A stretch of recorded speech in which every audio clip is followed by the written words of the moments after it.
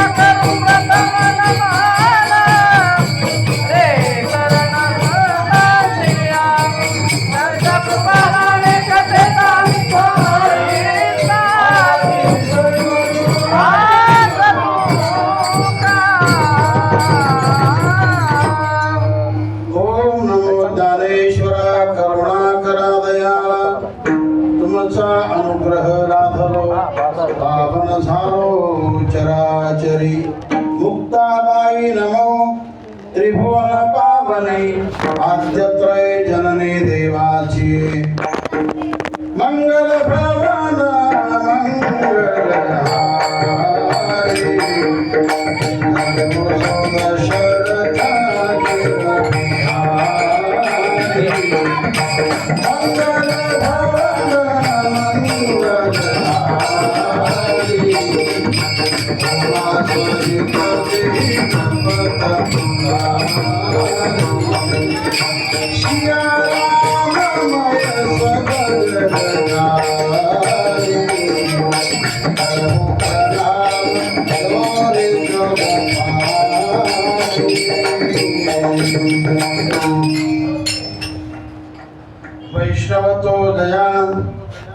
वैष्णवतो ध्वजावघे देवावरी माया नाही अनेक प्रमाण तन धन तृणजन प्रस्तुत या अलंकापुरी नगरीमध्ये आणि महंत सद्गुरू वैकुंठवासी रामकृष्ण महाराज यांच्या पुण्यतिथी निमित्ताने सुरू असलेल्या अखंड हरिनाम सप्ताहामध्ये आजची सेवा आपण सर्वांच्या प्रेमातून मला प्राप्त झाली। या निमित्ताने ज्यांनी मला आग्रह केला, आग्रह धरला असे आपले पाठक बाबा आहेत आणि इतरही काही मंडळी आहेत।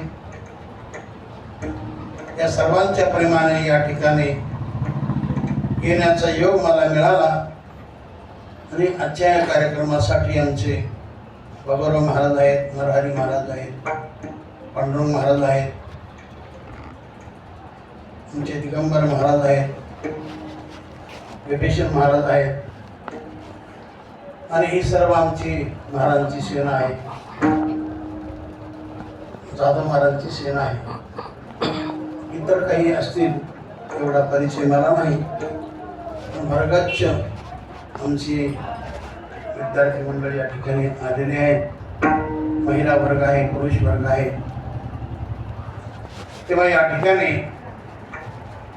नागेशपुरी महाराज हे मूळ पुरुष आहेत आणि त्यानंतर रामकृष्ण महाराज हे सगळं जो महाराजच्या संस्थेमध्ये शिकूनच मोठे कीर्तनकार झाले। त्यांच्याबद्दल आमच्या गुरुवरांना त्यांचा आदर होता, आदराची भावना होती। मोठे बाबा त्यांना चांगल्या परीने पाहत होते, दोघांना एकामेकाच्या बद्दल अत्यंत प्रेम होतं। तेव्हा वरदगाव महाराज वारकरी पंथामध्ये त्यांची प्रसिद्धी आहे आणि तिकडं बीड भागामध्ये मला वाटतं केस तालुका असेल, मोठं संस्थान आहे, मोठं संस्थान आहे। पण मी काय पाहिलं नाही, पण मला बाबांनी आग्रह धरला होता, रामकृष्ण महाराजांचं जे स्थान आहे तुला सांभाळावं लागेल, म्हणून मी नकार केला होता। त्याच जागी आता आपल्या भगवान महाराज आहेत, हे सर्व काही पाहत आहेत। तर अशा परीने या ठिकाणी या निमित्ताने का होईना येण्याचा योग मला मिळाला आणि थोडीफार या संतांची सेवा माझ्याकडून होणार आहे।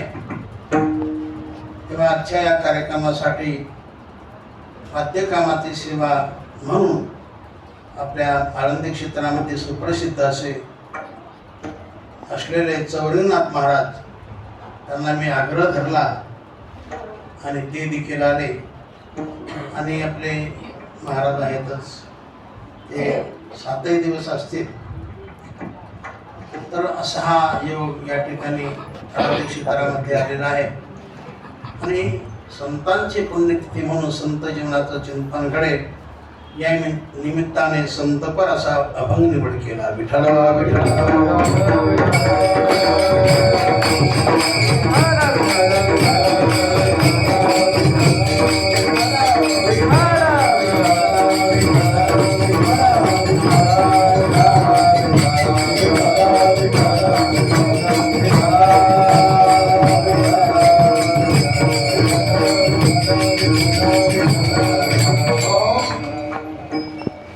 अख्ख्या जगाला माऊलींचा परिचय आहे।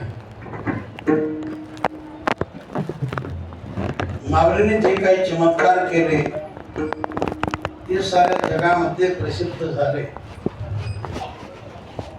त्यामध्ये भिंत चालवणं, पाठीवरती मांडे भाजवणं, रेडा बोलवणं, मेलेला माणूस जिवंत करणं हे शक्यच नसतं, पण ते माऊलीने शक्य करून दाखवलं। विठ्ठला विठ्ठला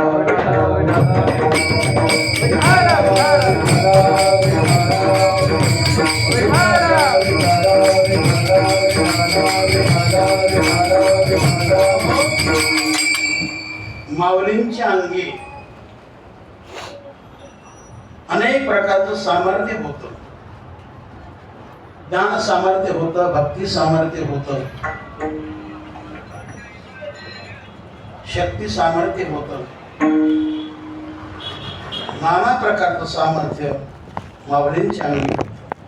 आणि म्हणून त्यांनी ज्ञान सामर्थ्याने पैठण क्षेत्रामध्ये रेडा बोलवला की जो निर्बुद्ध आहे, पण त्याच्या मुखातून जो कठीणात कठीण असा वेद ऋग्वेद, बरोबर आहे,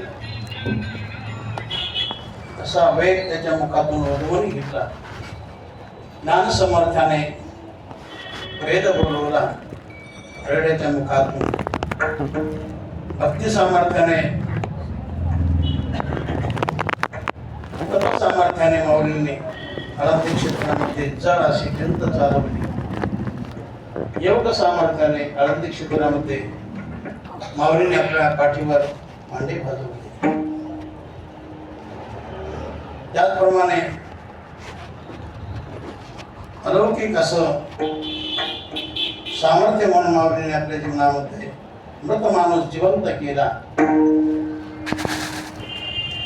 आणखी काय सामर्थ्य माऊलीच्या अंगी म्हणून त्यांनी स्त्रीचा गोलश उभा केला.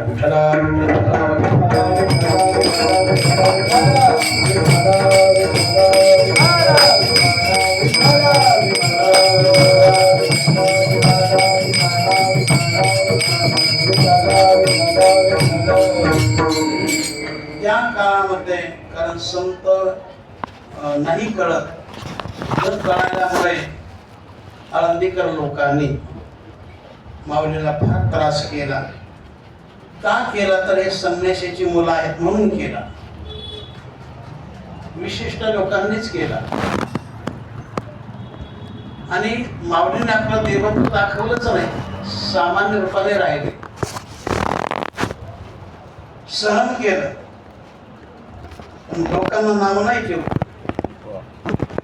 एवढा त्रास केला पण तो त्रास बेकारात नाही मांडला की मला असं केलं तसं केलं म्हणून त्यांना समजून.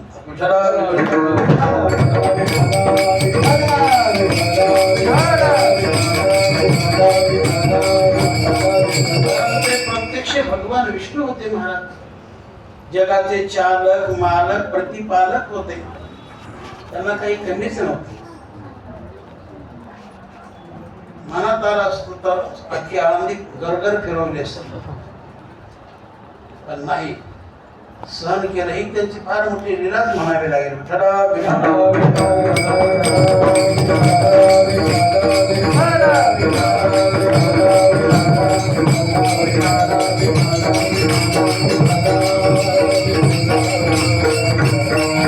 कोणतीच असक्ती धरली नाही, असक्ती अजिबात धरली आणि सातबारी करत फिरली नाही. अलग लक्षात कोणतीच असक्ती धरली नाही. आणि या सर्वांनी जीवन सगळं समाजासाठी समर्पित केलं. सर्वांना त्यांनी भक्ती मार्गात लावले. अप्रतिम असे ग्रंथ निर्माण केले की ते ग्रंथ चंद्र सूर्य असेपर्यंत ते राहणार, त्याची कीर्ती राहणार. माऊलीची कीर्ती देखील चंद्र सूर्य असेपर्यंत राहणार. असं अलौकिक जीवन माऊली या विश्वामध्ये जगले. तेही चांगले जगले, लोकांना देखील त्यांनी चांगलं जगवलं. विठ्ठला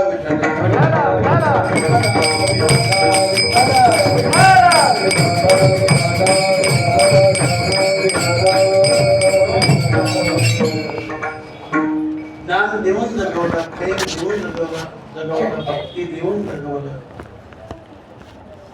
अनेक प्रकारचे सद्गुण समाजाच्या घरी उतरवले. आणि त्यांचा महान चमत्कार म्हणजे हे ग्रंथ तयार करणं हा मोठा चमत्कार आहे. कारण लोक असे आहे, चमत्कार तर नमस्कार, कोणताही काळ घ्या, चमत्कार तर नमस्कार. विठ्ठला विठ्ठला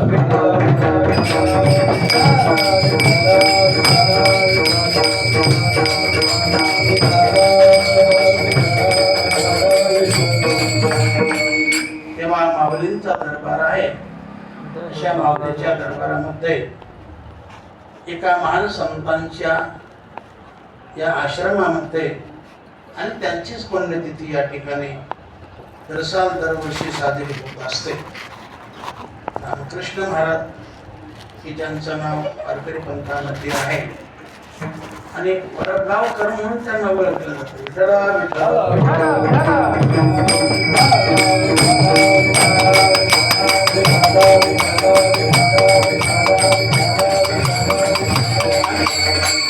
त्यांच्याबद्दल काही विशिष्ट लोकांनी आपलं जीवन झोकून दिलेलं आहे. त्यामध्ये आपले पाठक बाबा आहे, पुन्हा संभाजीनगरचे रामभाऊ बाबा आहेत, आणखी व्यक्ती आहेत, अनेक शेतकरी आहेत.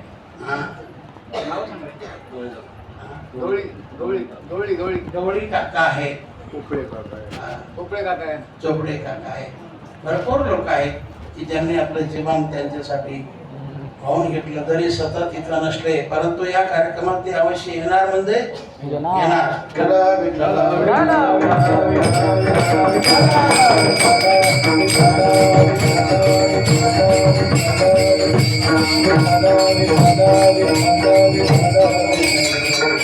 वैष्णवतो दया अवघी देवावरी माया नाही अनेक प्रमाण तन धन तुम जाना.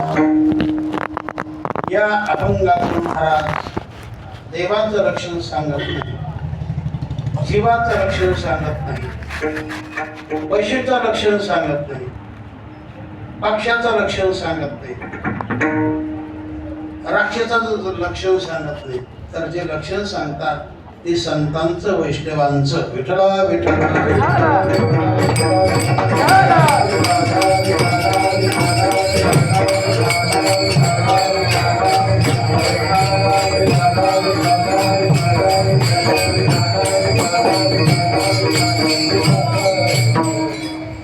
जगामध्ये अनंत वस्तू पण प्रश्न असा की सर्वात मोठी वस्तू कोणती? तर सर्वात मोठी वस्तू म्हणजे भगवान परमात्मा. हरिसे कोई नाही बळा. भगवान सगळ्यामध्ये बलवान आहे, बल संपन्न आहे. एके ठिकाणी असा काय प्रश्न उत्तराचा भाग आला की सबसे बड़ी कौन आहे? तर त्याला असं उत्तर केलेलं आहे की सबसे बड़ी पृथ्वी. तो बोले पृथ्वी काय की बड़ी? वो तो शेष के माथे पर खड़ी. फिर शेष बड़ा, तो बोले शेष काय का बड़ा? वो तो शंकर जी के गले में पड़ा. फिर शंकर बड़ा, तो बोले शंकर काय का बड़ा? वो तो कैलाश में चढ़ा. फिर कैलाश बड़ा, तो बोले कैलाश काय का बड़ा? उसे तो रावण एक हाथ से उड़ा. फिर रावण बड़ा, तो बोले रावण काय का बड़ा? उसे तो राम प्रभु ने बाण से उड़ा. फिर राम बड़ा, तो बोले राम काय का बड़ा? वो तो भक्तों के हृदय में खड़ा. विठ्ठला विठ्ठला विठ्ठला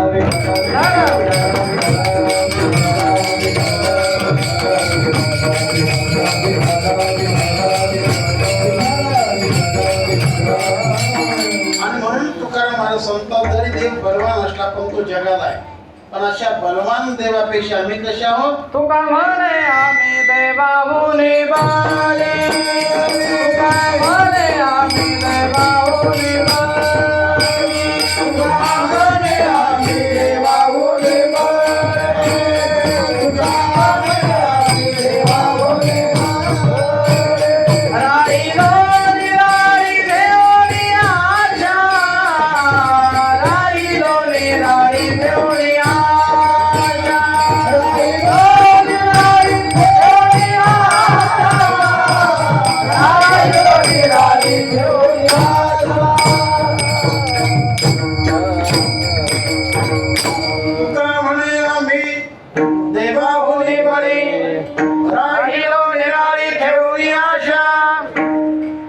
देवाही पेशांनी बलवान आहोत.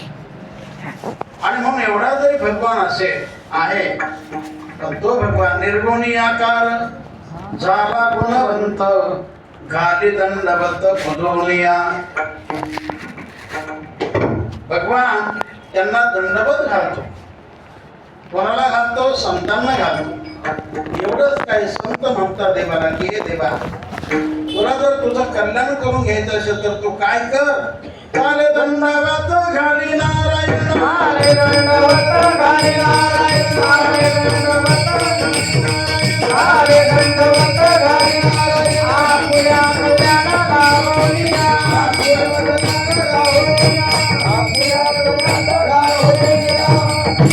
सारे दंडवत घाली नारायणा आपुल्या कल्याणाला गोनिया. जर कल्याण करायचं असेल तर, पण कोणतं कल्याण? मुंबईकडचं नाही. कल्याण नाम आहे, सुख शांती आनंद वगैरे या गोष्टी जर प्राप्त करायच्या असेल तर देवा तू आमची सेवा कर. विठ्ठला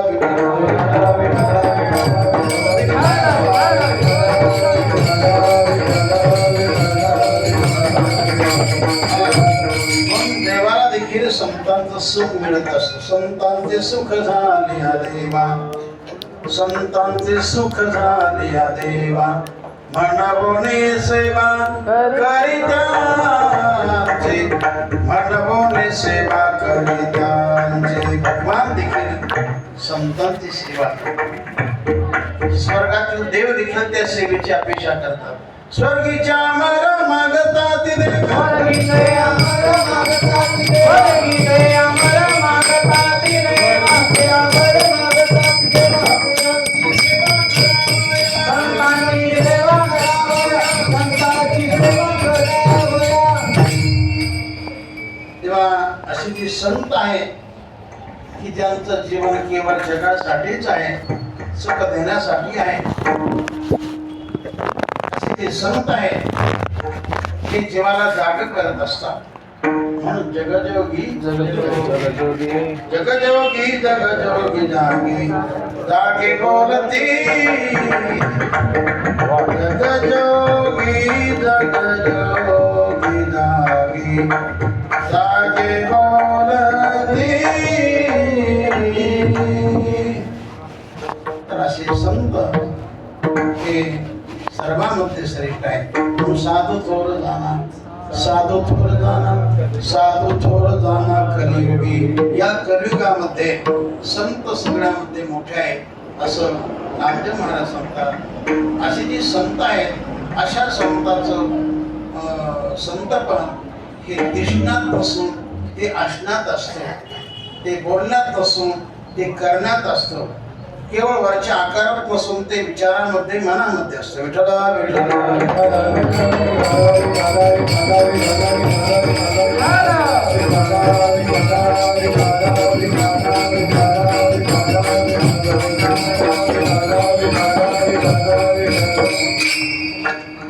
आणि म्हणून असे संतच खऱ्या अर्थाने जगाचे खरे तारक आणि उद्धारक.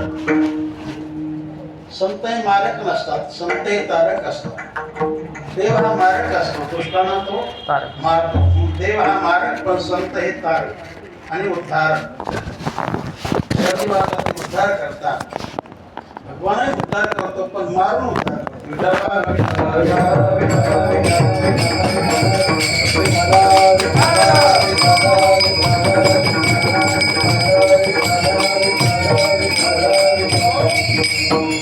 खरे संतच जड जीवाचा उद्धार करू शकतात. पण असे जे संत आहेत ते नेमके कसे असतात त्यांचं लक्षण महाराज अभंगाच्या प्रथम चरणात देतात. वैष्णव तो जया,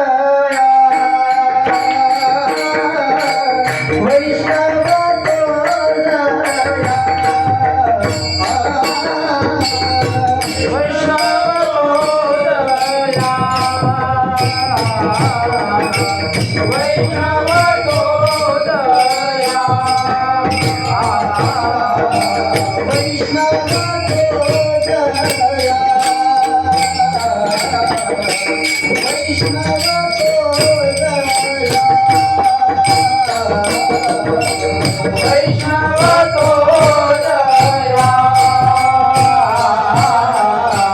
वैष्णव तो जया, वैष्णव तो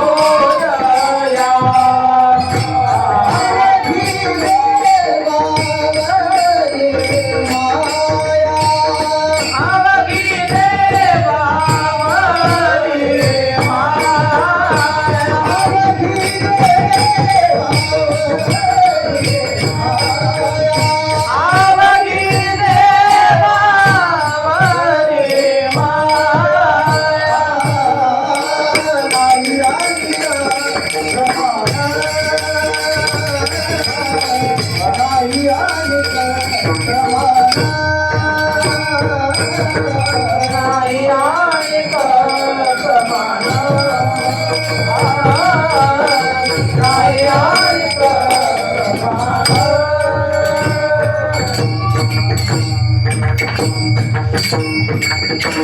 अभंगातील हे पहिलं चरण आहे. वैष्णवतोदया अवघी दयावरी माया. तर खरा वैष्णव कोण ते लक्षण महाराज या प्रथम चरणातून सांगतात की ज्याची अवघी माया अर्थात सर्वांगीण प्रेम ज्यांचं देवावर भगवंतावर आहे तो खरा वैष्णव आहे. आपण सामान्य लोकांचा विचार केला, जीवांचा विचार केला तर सामान्य माणसाचं देखील प्रेम असतं कशावर? संसारिक वस्तूवर. घरदार, शेतीवाडी, जमीन जुमला, पैसा का, मुलं बाळ, अमुक तमुक. बरं, माणसाचं प्रेम नेहमीच एकाच वस्तूवर राहत नाही. माणसाचं प्रेम सारखं बदलत राहतं. माणसाच्या प्रेमाचं सारखं स्थलांतर होत राहतं. तसं संतांचं नसतं. संतांचं प्रेम भौतिक वस्तूवर नसतं. संतांचं प्रेम ज्याने जग निर्माण केलं त्याच्यावर असतं. विठ्ठला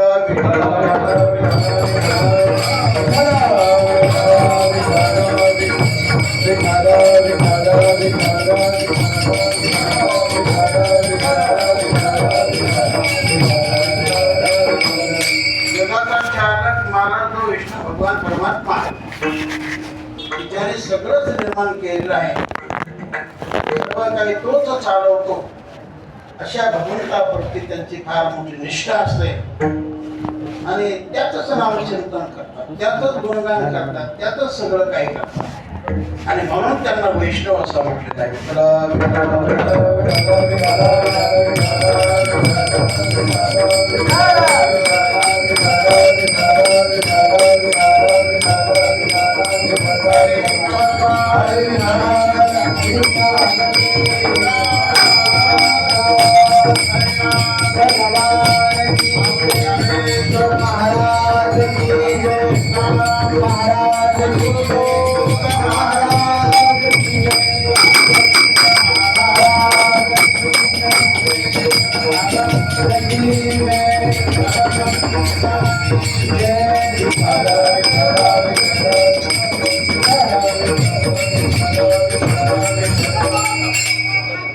वैष्णवतो दया अवघी देवावरी माया.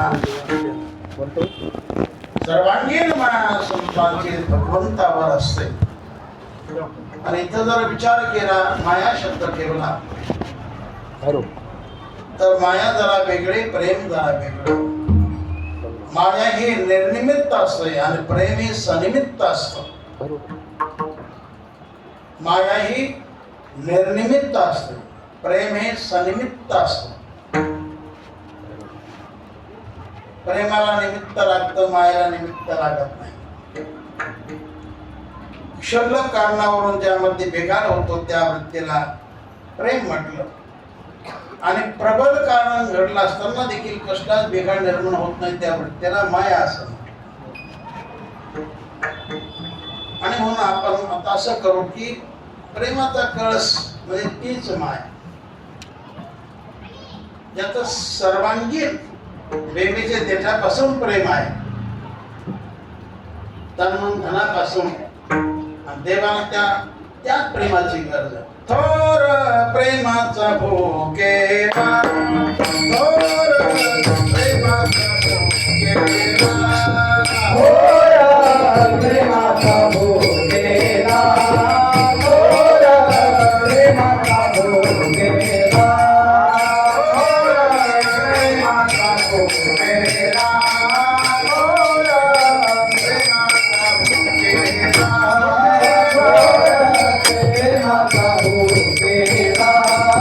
थोर प्रेमाचा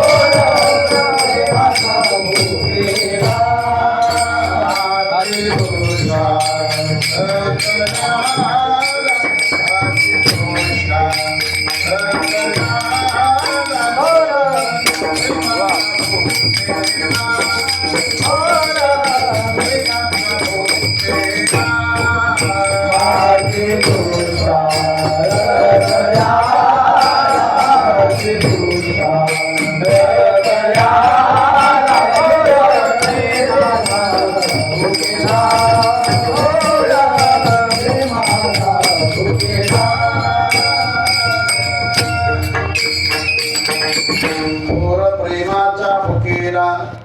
भाची दुष्काळ दयाला.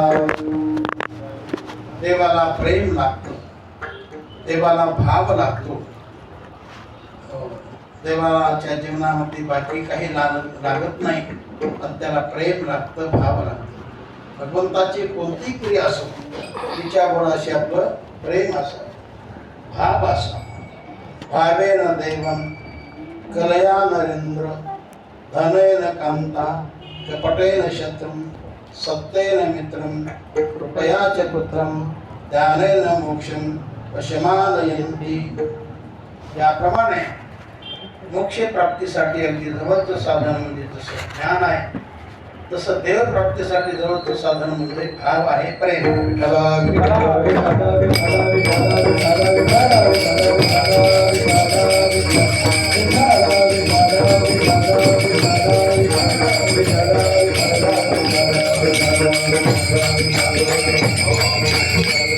प्रेमयुक्त होऊनच आपण देवाचं सगळं काही करा.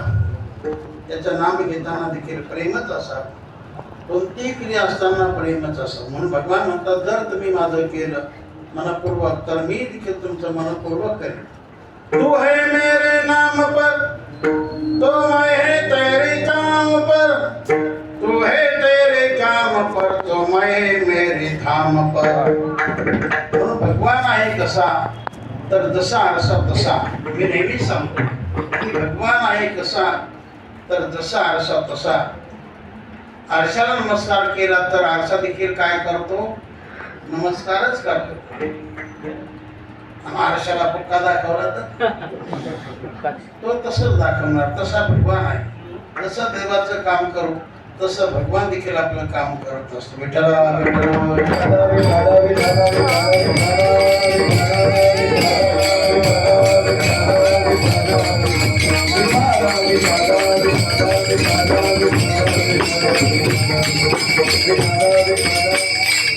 प्रेमाच्या बद्दल, प्रेमाच्या बाबतीमध्ये नारायण महर्षी म्हणतात, जगात एक नंबरचं प्रेम म्हणजे गोकुळवासी लोक. त्यांचं नाव समोर यथा ब्रज गोपिकांना. गोपाळांचं गोपिकांचं किती किती प्रेम होतं. त्या प्रेमाला तोड नाही, जोड नाही. प्रेम पाहिजे असेल तर गोकुळच आहे, वृंदावन आहे, तो ब्रज परिसर आहे. जिवंत प्रेम आहे. शक्यतो बरेच लोक तिकडे नामचिंतन करताना दिसते. सर्वांच्या हातात पाठवा दिसेल.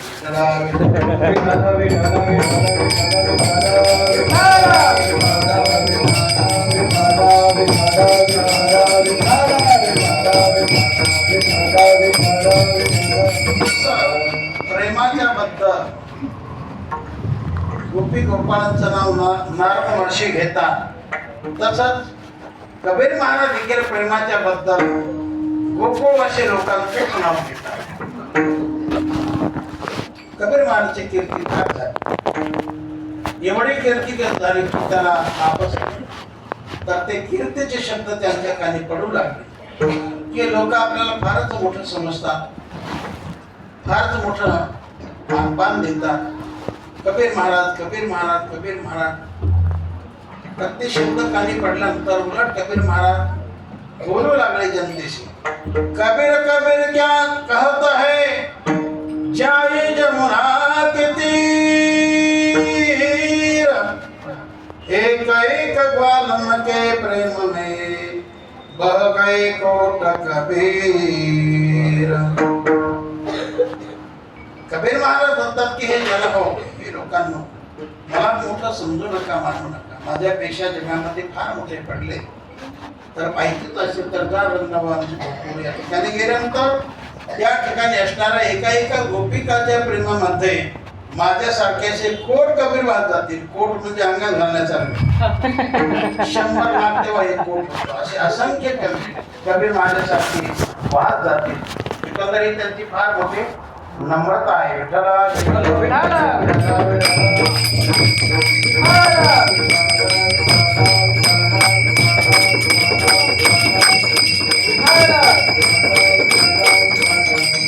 देवाच्या परमात्म्याच आपल्या जीवनामध्ये वैष्णव पण संत पण मिळत असतात. संतपणाचं लक्षण अनेक प्रकारचं आहे. एकतर जीवन निरपेक्ष लागतं, आनंदक लागतं, निर्वैर लागतं, आहे का? संत कोण? जो निर्वैर आहे, जो समदृष्टी आहे, तो जो आनंदक आहे, तो जो निसंग आहे, तो असे बरेच लक्षण. आणि जो नामनिष्ठ आहे, तो जो देवाला ओळखून चालतो, तो विठ्ठला विठ्ठला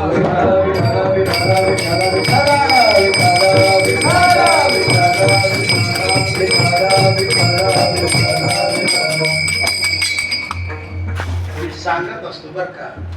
आपलं जीवन ज्याला सुखी करायचं असेल त्याने निर्वैर व्हावे, जगसमदृष्टी पहावे, आनंदक असावे, सर्वाप्रती जो सर्वाप्रती आनंदक राहतो, निर्वैर राहतो, समदृष्टी राहतो, तो जगामध्ये सुखी होतो. त्याला विठ्ठला विठ्ठला विठ्ठला विठ्ठला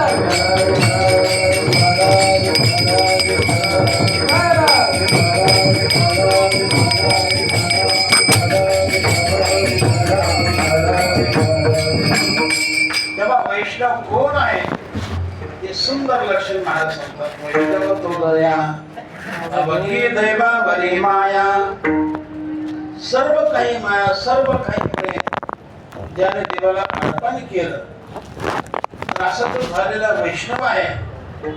तर आपलं जीवन जगत असताना त्याला नेमकं काय काय प्रमाण नसतं, काय काय आवडत नसतं, ते सुंदर चिंतन महाराज अभंगाच्या दुसऱ्या चरणात नाही आणि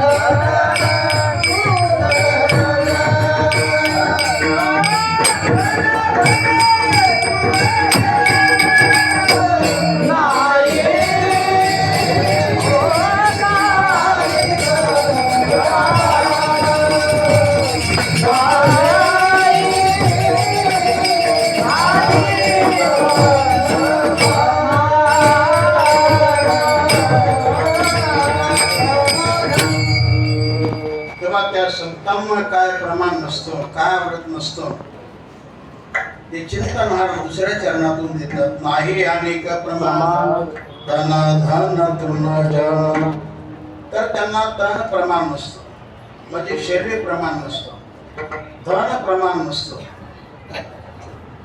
जन प्रमाण नसतं. सर्वांना जो देह आवडतो तो संतांना त्याच्याबद्दल आसक्ती नसते, त्याच्याबद्दल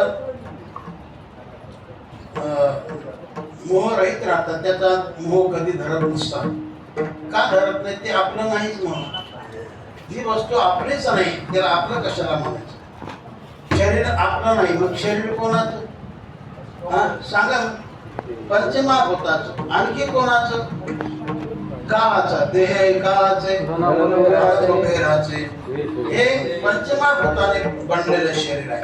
चित्त जल पावक गगन समीरा, चित्त जल पावक गगन समीरा, पंचरचित अति आत्म शरीरा, पंचरचित अति आत्म शरीरा. तर हे पंचमहाभूतापासून तयार झालेलं आहे. आकाश, वायू आहे का नाही? पृथ्वी, आप, तेज, वायू, आकाश या पंचभूतापासून आपलं शरीर तयार झालेलं आहे. म्हणून आपलं नाही. आपलं कोण? भगवान आहे. आपला भगवान आहे. मैं हो श्री भगवान का, मेरे श्री भगवान, अनुभव यह करते रहो, तेज ममता अभिमान. खऱ्या अर्थाने आपण देवाचे आणि देव आपला आहे, बाकी नाही. देवच आपला. म्हणून संतांचा तुकाराम महाराजांचा आग्रह काय आहे म्हणाल? आपुला तो एक देव करुणे नावा, आपुला तो एक देव करुणे नावा, आपुला तो एक देव करुणे नावा, आपुला तो एक देव करुणे नावा, आपुला तो एक देव करुणे नावा, आपुला तो एक देव करुणे नावा, आपुला तो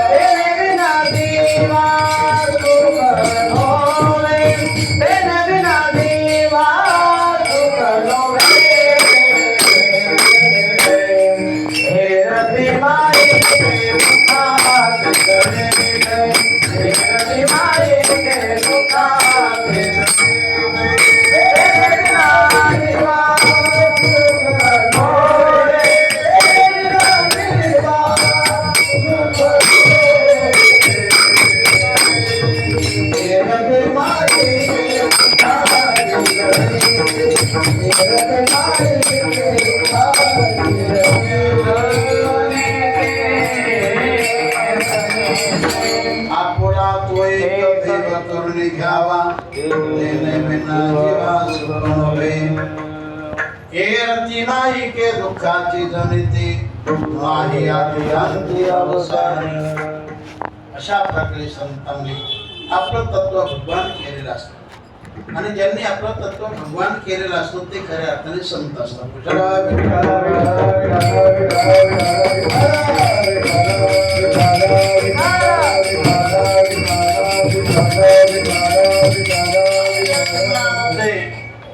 प्रेमाचं पहिलं स्थान म्हणजे आपलं शरीर आहे. माणसाला प्रथम आपलं शरीर आवडतं, मग इतरावर प्रेम. एवढं प्रेम काही लोकांचं. आमचे गुरुवारी मोतीसिंग बाबा सांगत असत ते आम्हाला शिकवण्यासाठी होते. त्यागी होते, वैराग्यवान. ते म्हणत की काही लोक एवढं शरीर सजवतात, एवढं सजवतात की जसं काय पोळ्याचा बैलच करतात. सजवू नका असं नव्हे, त्याला जपू नका असं नाही. त्याला जपा, त्याला थोडं नटवा, फारच करू नका.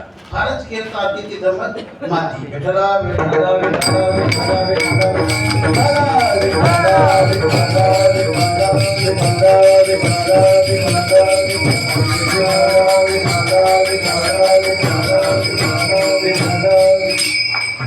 माणसाने फारच वेळ बाकडं रमवणे. थोडंफार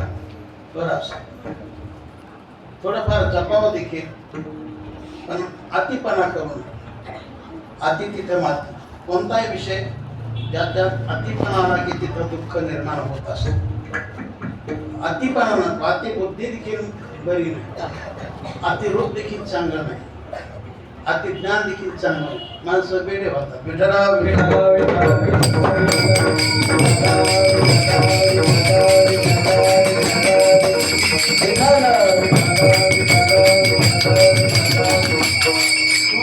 अति नको बोलणं देखील अति नको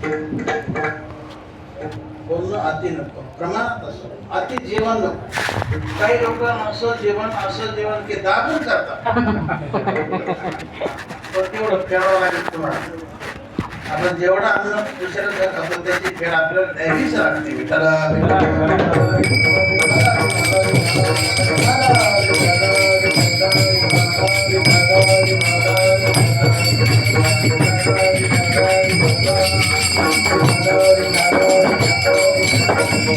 साऱ्या जगाला ते आवडतं पण संतांचं त्याच्याबद्दल प्रेम नसतं मग कसे राहतात संत महात्मे भक्त महात्मे कसे राहतात देहाच्या बद्दल तुकाराम महाराज बोलतात ना भक्तायसे जाना जय देवदास भक्तायसे जाना जय देवदास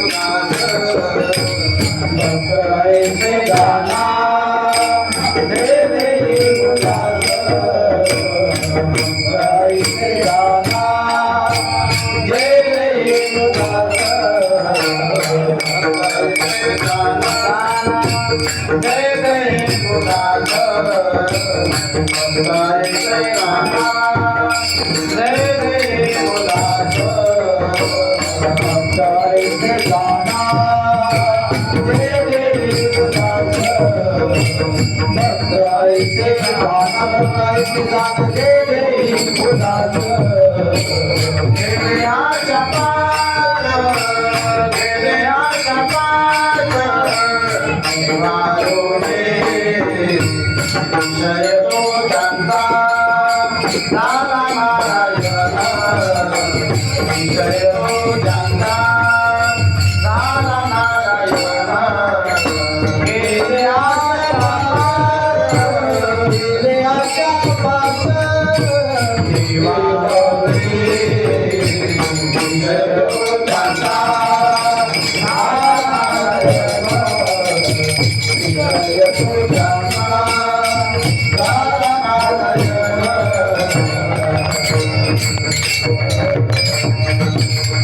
भक्तायसे जाना जय देवदास गेली आशा पास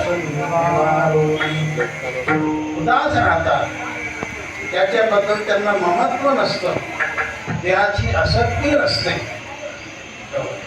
असं भक्त जीवन असतं तेव्हा संतांचं दर्शन तुकाराम महाराज करतात की त्या जीवनामध्ये त्यांना तण प्रमाण नसतं इसतन धन की कौन बढ़ाई देखत नयनो में मरती मिलाई अपने खातर मन बनाया आप ही जाकर जंगल सोया हाड़ गले जैसी लकड़ी की मोरे बाल गले जैसे घास की मोरे तर ज्याप्रमाणे आपण मेल्यानंतर त्या चितेमध्ये जसं आपलं शरीर जळत असतं किंवा जसा लाकडाला आगणी लागला तर जसे ते लाकडं जळून जातात त्याप्रमाणे त्या चितेमध्ये आपलं सगळं शरीर जळून जातं अग्नीमध्ये जसं जसं गवत जळतं त्याप्रमाणे मृत्यू समय त्या चितेमध्ये आपले केस जळून जातात आड जळे जो लाकडी आड जळे जो लाकडी बाल जले जो घास सब जग जलता देख कर भय कबीर उदास भय कबीर उदास असे शरीर आहे की ते नाशवंत आहे नाना प्रकारचे नाश देहाच्या ठिकाणी आहेत अनेक प्रकारचे दोष अनेक प्रकारचे आपत्ती अशा अनेक कारणास्तव संतांचं देहाबद्दल प्रेम नसतं नाही अनेक प्रमाण तन आणि धन त्यांना धन देखील प्रमाण नसतं कारण धन शक्यतो माणसाला वेगळ्या ठिकाणी घेऊन जातं. नाना प्रकारचे पापकर्म करायला लावतो ते धन, अनेक प्रकारचं व्यसन करायला लावतो ते धन. एखादा भाग्यवान असतो की त्याद्वारा तो कर्मार्थ करतो, पंढरीची वारी करतो, अन्नदान करतो, वस्त्रदान करतो, त्यातून परमार्थच करून घेतो. असा एखादा भाग्यवान असतो. विठ्ठला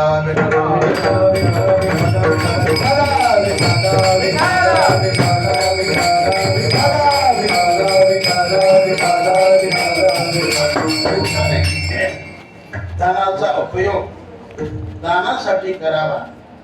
केलेलं दान त्याचं कधीच व्याज जात नसतं. चांगल्या ठिकाणी केलं तर दान कधीच व्याज जात नाही, आणि वांगल्या ठिकाणी केलं तर दान ते कधीच उपयोगात पडत नाही. दान करताना ते चांगल्या ठिकाणी करावं, आणि ते शिवाय अहंकाराने करायचं नसतं, नम्रतेने करायचं असतं. दान करो गरीबे से बाबा, दान करो गरीबे से बाबा, मगरूर से धोखा है, तू कहेगा मैं दाता हूँ, माल कहाँ से लाया है. दान नम्रतेने करा आणि दान चांगल्या ठिकाणी करा. तुमच्या धनामध्ये निश्चितपणे वाढ होणार, तुमच्या कोणाला कमी नाही पडणार. विठ्ठला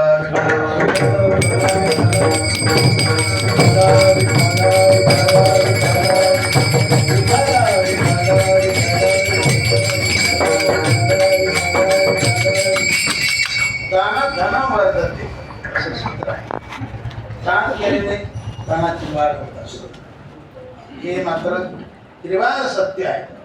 चांगल्या ठिकाणी दान करा आणि निश्चितपणे तुमच्या धनात वाढ होणार.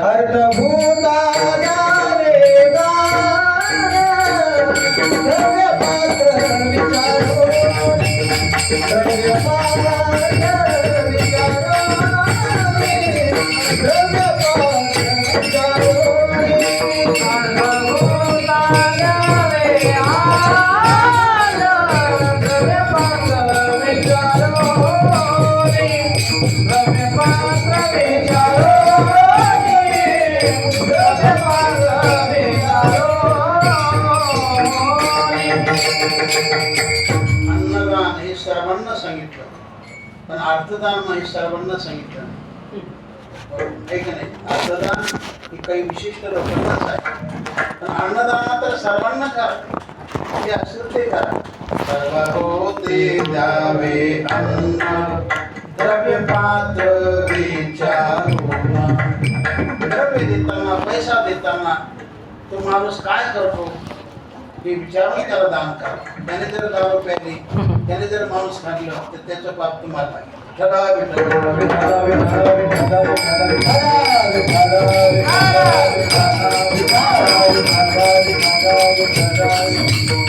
संत जीवनामध्ये त्यांना धन प्रणाम नाही, शरीर आवडत नाही, त्यांना धन आवडत नाही. मग धन नसावंच का, तर धन असावं. जसे नाव पाण्यावर असावी पण नावेत पाणी नसावं, तसं माणसाकडे धन असावं पण त्यावर त्याचं प्रेम नसावं. प्रेम घातक आहे.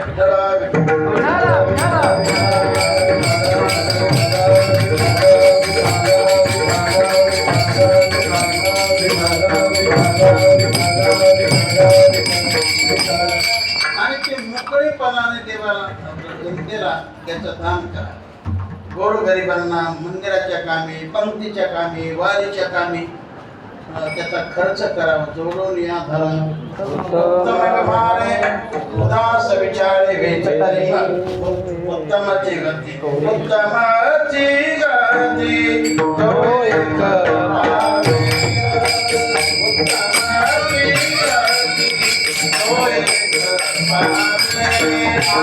उत्तमाची गती तो एक पावे. उत्तमाची गती तो एक पावे.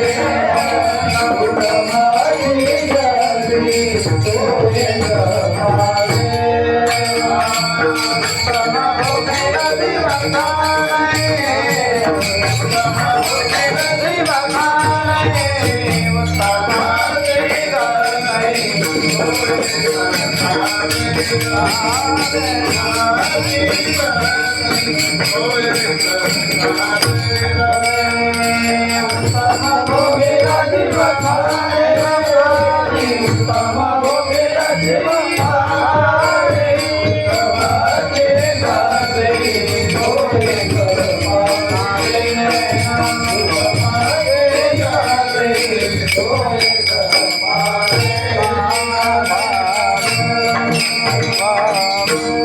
उत्तमचे गते तोहे कपावेला उत्तम भोगील जीवखानी. जर धन चांगल्या मार्गी खर्च केलं तर ते धन त्याचा उद्धार करतो. उत्तमची गती चांगल्या गतीला तो प्राप्त होतो आणि तो धनवान देखील होतो. असं वैशिष्ट्य आहे दान धर्माचं. तर नाही आणि प्रमाण धन धन जन्म देखील प्रमाण असतं. जन्म म्हणजे समाज लोक. या लोकांमध्ये आपण कसंही वागा, समाज काहीतरी तुमचं गुण काढणारच. समाज काहीतरी तुमचं गुण काढणारच, तुम्हाला काहीतरी नावं ठेवणारच. आणि मग समाज घेताना चांगलं घेत नाही, पण वांगलंच टेपन केल्याशिवाय राहत नाही. समाज आपलं चांगलं घेत नाही, पण वांगलं दिसलं की त्याचं टिप्पण केल्याशिवाय राहत नाही. नावं ठेवणार म्हणजे नाव ठेवणार. या समाजाने आतापर्यंत एकालाही सोडलं नाही. ज्यांनी महादेवाला सोडलं नाही, प्रभू रामचंद्राला सोडलं नाही, भगवान कृष्णाला सोडलं नाही, हनुमानाला सोडलं नाही, बऱ्याच संतांना सोडलं नाही. असा विचित्र समाज आहे. म्हणून तुकाराम महाराज एक मोठा अभंग आहे. ऐसा लौकिक पदार्थ वेणा पतित पावना देवराया आचार करिता म्हणती हा पसारा न करिता नरा निंदिता ती भेटीशी नवदाता म्हणती हा निष्ठुर येता जाता घर बुडविले लग्न करू दाता म्हणती हा मातला न करिता झाला नपुसक. कसे बघा समज तुम्हाला नाव ठेवणार. या करता तुकाराम महाराज शेवटी असं म्हणतात. तुका म्हणे आता ऐका हे वचन, म्हणे आता ऐका हे वचन, म्हणे आता ऐका हे वचन, म्हणे आता ऐका हे वचन. हे दुनियाला भक्ती करा. महाराज म्हणतात तुम्ही लोकांकडे पाहू नका, पण तुम्ही धरलेला जो भक्ती मार्ग तो मात्र जीवनातून सोडू नका. नाही आणि का प्रमाण दाना धर्म म्हणून जन. आणि या सर्व गोष्टीला ते तृणवत समजतात. ते देवालाच खऱ्या अर्थाने मान देत असतात. कारण विरक्त माणसाला विरक्त असे तृण म्हणजे सगळं जगत त्यांना गवतासारखं वाटतं. विठ्ठला विठ्ठला विठ्ठला विठ्ठला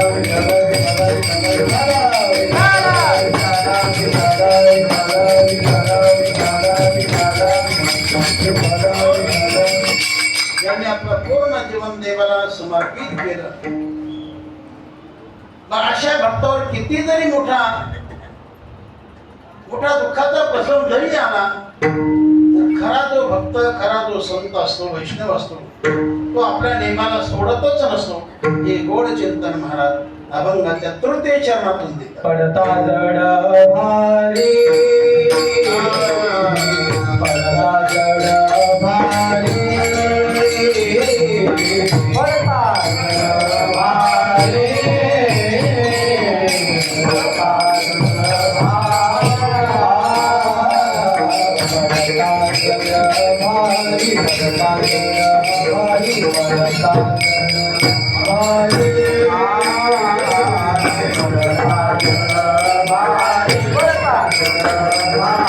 पडता